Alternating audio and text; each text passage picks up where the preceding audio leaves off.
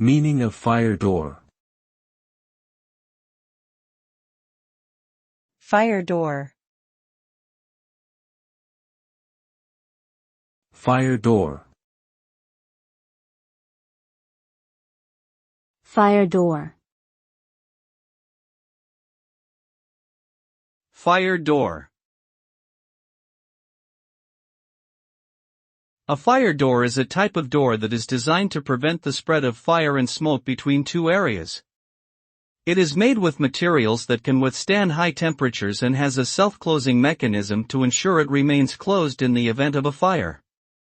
Fire doors are an essential component of fire safety in buildings, as they help to contain fire and smoke, allowing people to evacuate safely and giving firefighters time to extinguish the fire. They are typically installed in corridors, stairwells, and other areas where fire could easily spread.